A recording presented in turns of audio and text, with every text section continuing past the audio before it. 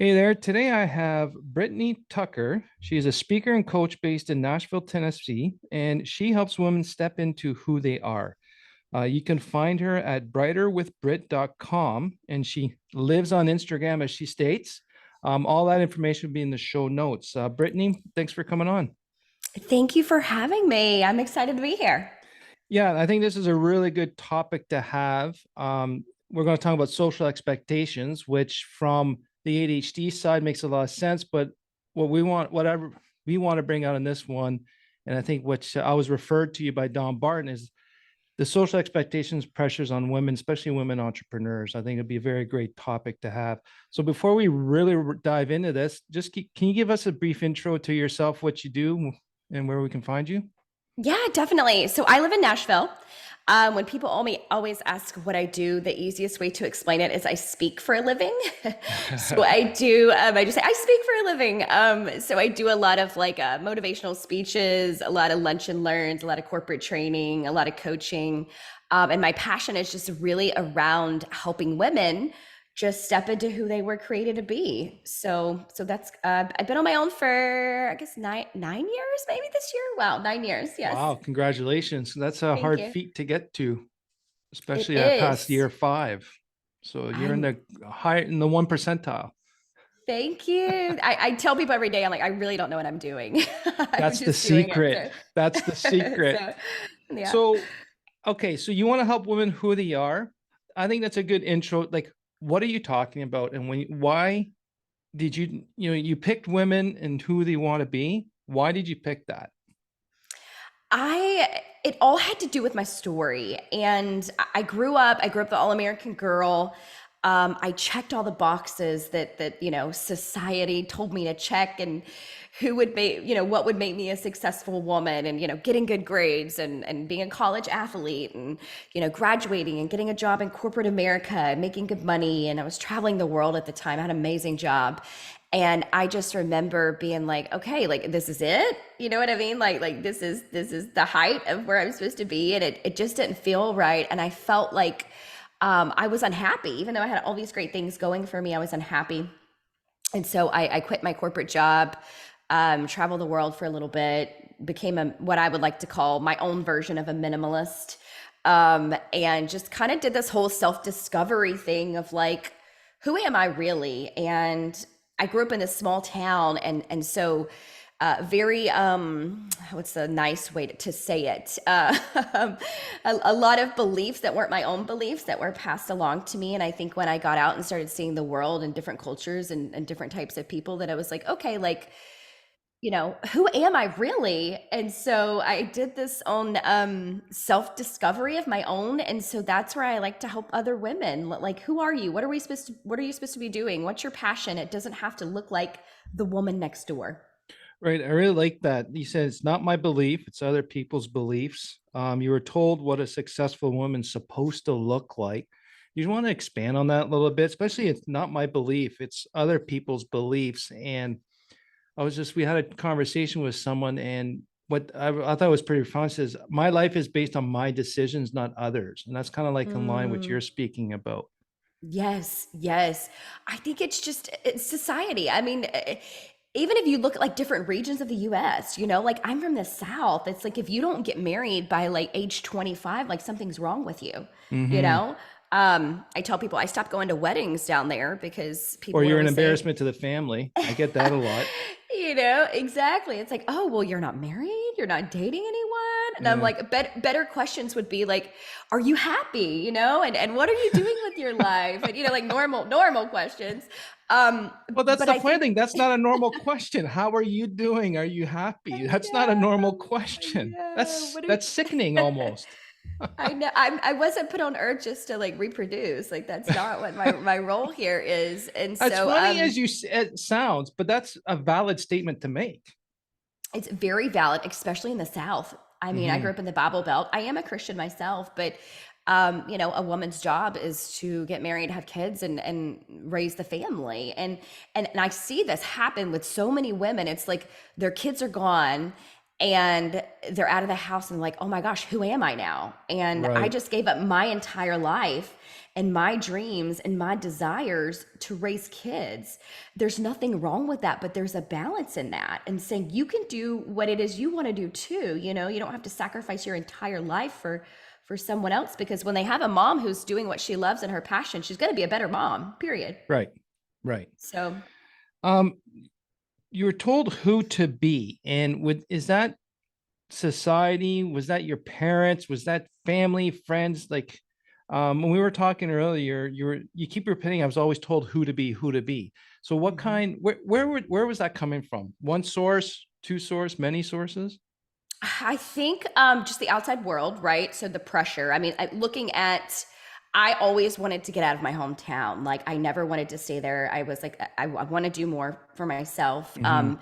And you know, I remember getting subscriptions to like Forbes at like such a young age when I first moved to Atlanta. I was like, I don't even know how to read half the stuff in here, but I would look at these women, you know, on these covers, and it's like, okay, well, you got to do this, and you got to go to grad school, and you got to, you know, start a business, and so I think it was a combination of both society, but also just like who was in my circle, what were they doing, you know, what did their lives look like. I think a lot of it was self-inflicted. Self-inflicted. I didn't expect Yes. that answer. You got to elaborate Yes. on that. Yes. Yes. I mean, I wanted to be someone. I wanted to do something with my life. And so I put a lot of pressure on myself too. And I think that's where I look, if I could go back, it's like, okay, I always tell young girls who come to me now and like, Brett, like, I don't know what to do with my life. And I'm like, listen, if I could tell you what to do and I could go back, I would travel the world in my 20s. I wouldn't date anyone. I would be super selfish.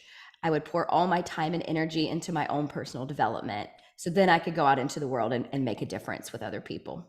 So what you're saying by the self-inflicted pressure is on what you wanted to be, but was that truly what you wanted to be, or what other people are expecting you to be? Exactly. I think it was a combination of both, right? Because now the older I get, I'm like, I just don't give a fuck anymore, you know? Yeah.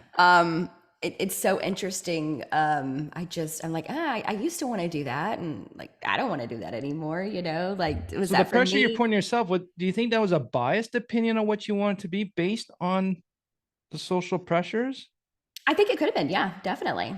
Definitely. I'm looking back, reflecting back on my 44 years undiagnosed ADHD, and Mhm. it's just like that's my challenge right now. And there's a lot of us out there. We just get the diagnosis. It's a fantastic burdens release, but who am I? What now? Right? Mhm. Everything is that character we played very well. Is it my character that wants this, or is it Mhm. truly me? And now we got to differentiate the two, kind of unglue it. So, Yes, and yes. then,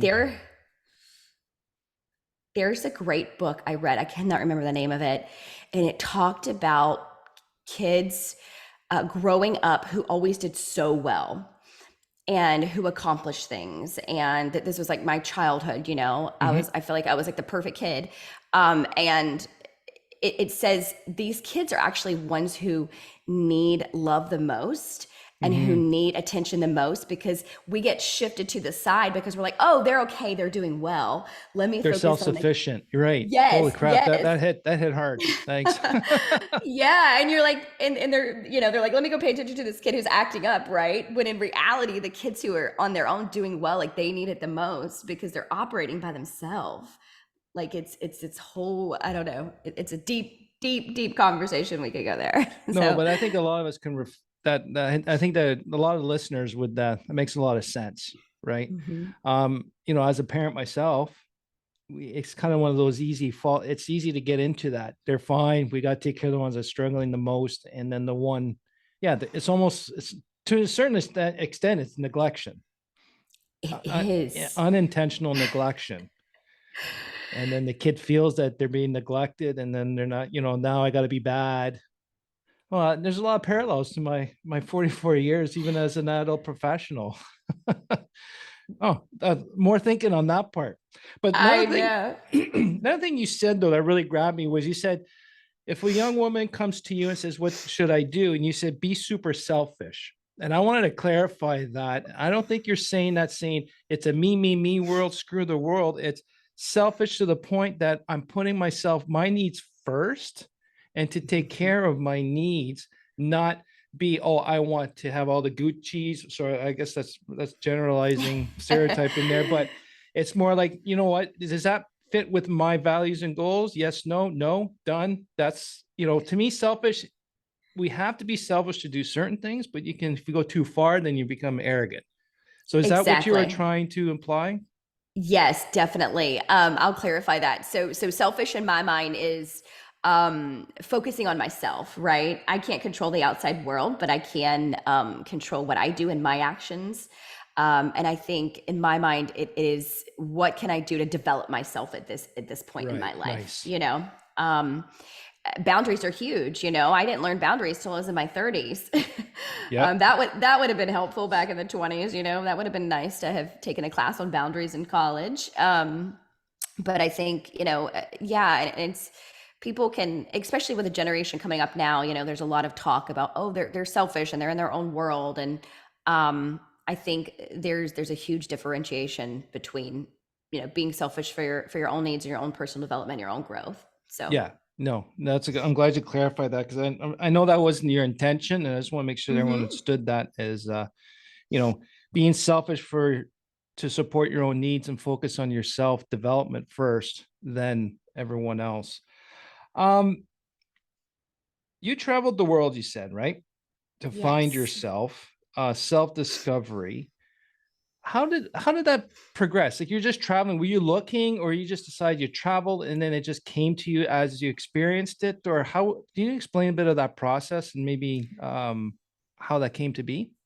Yes. So when I quit the big corporate job, I had a non-compete, so I couldn't do certain things and where my skill set was. And so I took a couple months off, and then I got this like outside sales job that was absolutely awful, miserable. And then when I quit that is when I took some time off. I remember it was actually it was on Facebook. That's just before Instagram was really big, but it was on Facebook, and there was an ad that came through, and it was like live in Bali, and I was like, oh, that sounds magical, right? Mm-hmm. So I clicked on it and I applied, like sitting right there, and did my interview, and got the spot to go live with this group in Bali.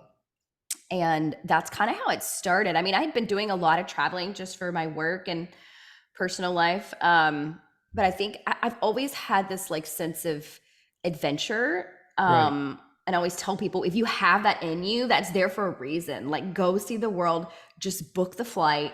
You don't have to have it all figured out. But I think, the whole self discovery thing, I always tell people, we're not lost. No one is lost. We are just buried under these expectations of society. That's it.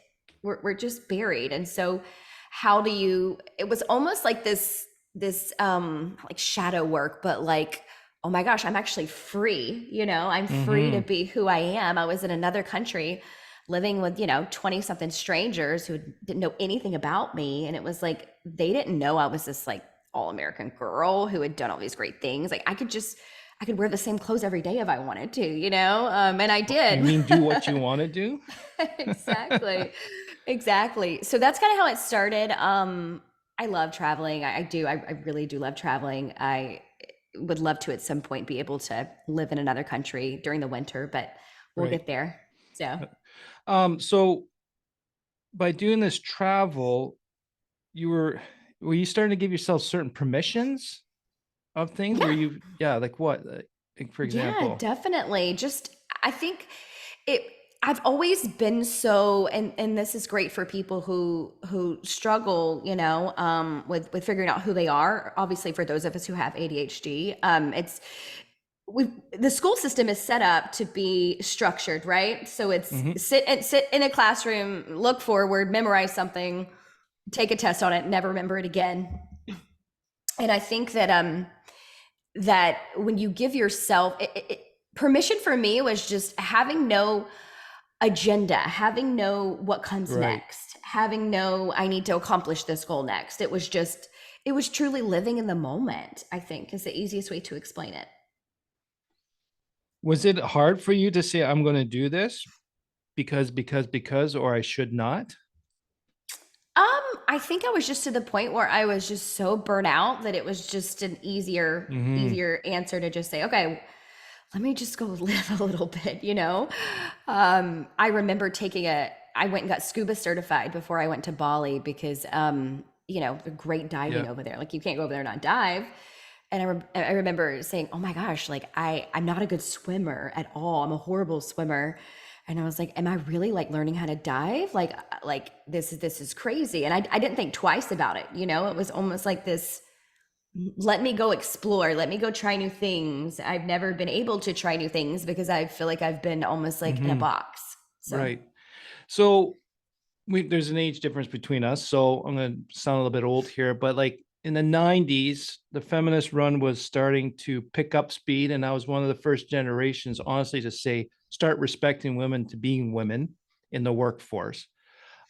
There's still an unevenness. There's still it's better, but still not the greatest. So I'd like you to share some like the current situation of women in the workforce, especially as entrepreneurs. I think there's even more disrespect in that aspect. Like I just want to hear some of the listeners kind of say here, hallelujah, someone else understands it's what I'm coming after. So if you want to share a couple of experiences that you see is still out there that's unequal, for lack of a better word. yes. I think it used to be you could be a mom or you could be in the workforce, and that was it, right? Right. And then it slowly started changing to, okay, you can do both. And then it became, you know, the pandemic hit, and then it was like, well, you can work from home and raise a family and do this.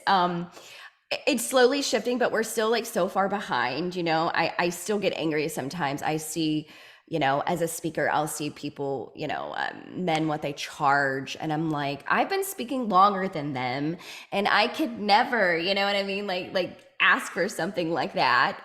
So there's always going to be frustrations. I think it's, you know, for me, I always try to stay like focus on what it is that I can control. Mm-hmm.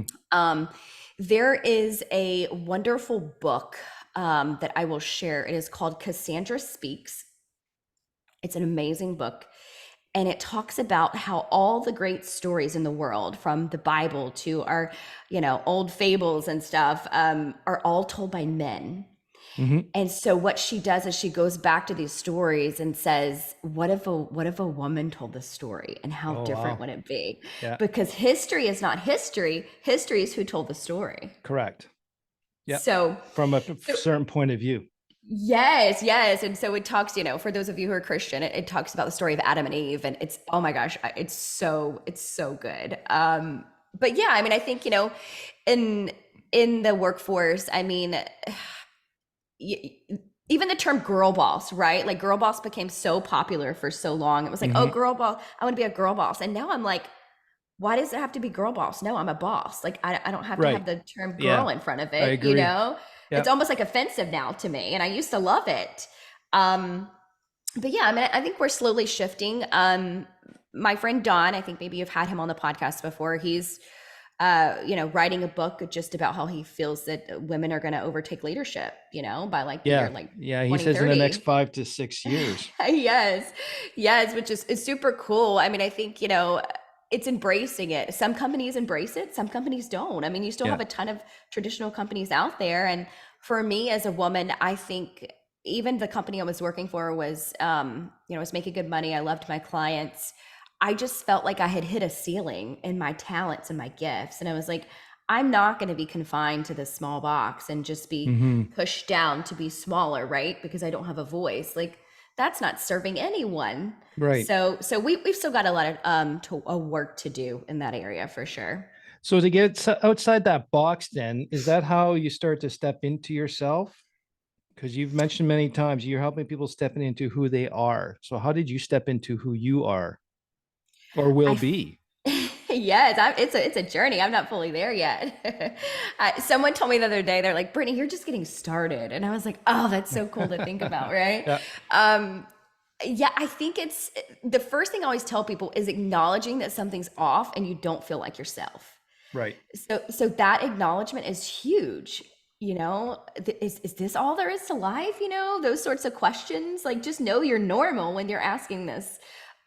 Because those were the things I started asking myself. I was like, I'm traveling the world, I have a great job, I'm making good money, I live in an amazing city. Like, what is wrong with me? It's almost like this Yeah. guilt.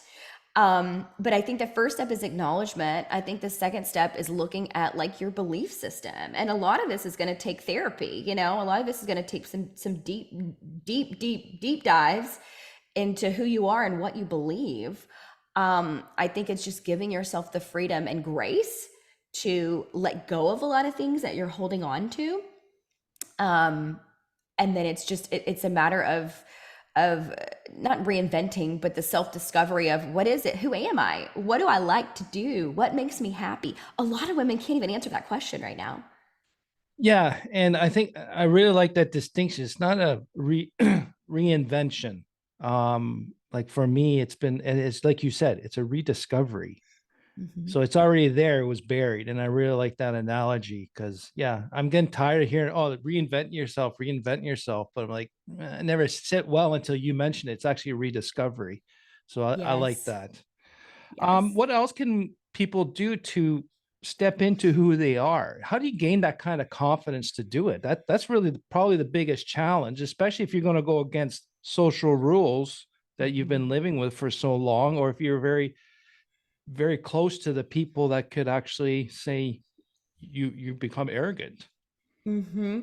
I tune out everybody's everybody's opinions. A lot of times before I go do something that's crazy or that's like, hey, I'm gonna go write a book or I'm gonna do this or that. Like, I don't tell anyone at first because someone's always going to have an opinion. Mhm. And if I keep listening to the opinions of other people, like it's gonna slow me down in my life and what I'm supposed to be doing. So I always say, like, just don't listen to anyone. Don't tell anyone what you're doing until you already get it started. Right. Um, Mhm. you got to take one big, I always say the first, that saying, it's like, just take one step, just take one, you Yeah, the know, first step is the start of a 1,000-step journey. yes. And it can be small, consistent steps. But for me, that's the first step has to be a scary, big step. Hmm. That will give you momentum to do the small, tiny steps. And So, that's because that's who you are. That's the way you. It's not. It's not for everyone because I'm the mhm, same way. I kind of like. I have to deal with big audacious goals, not just small goals. mhm, If they're small goals, I got no interest. But they've got to be big and scary for me, and that's not. I don't think we're saying here is you have to do that for everyone, but that's mhm. the way you work, and you know that, Yes, right? yes. I Cool. have to jump off the deep end first. Yeah, So, and hope there's water.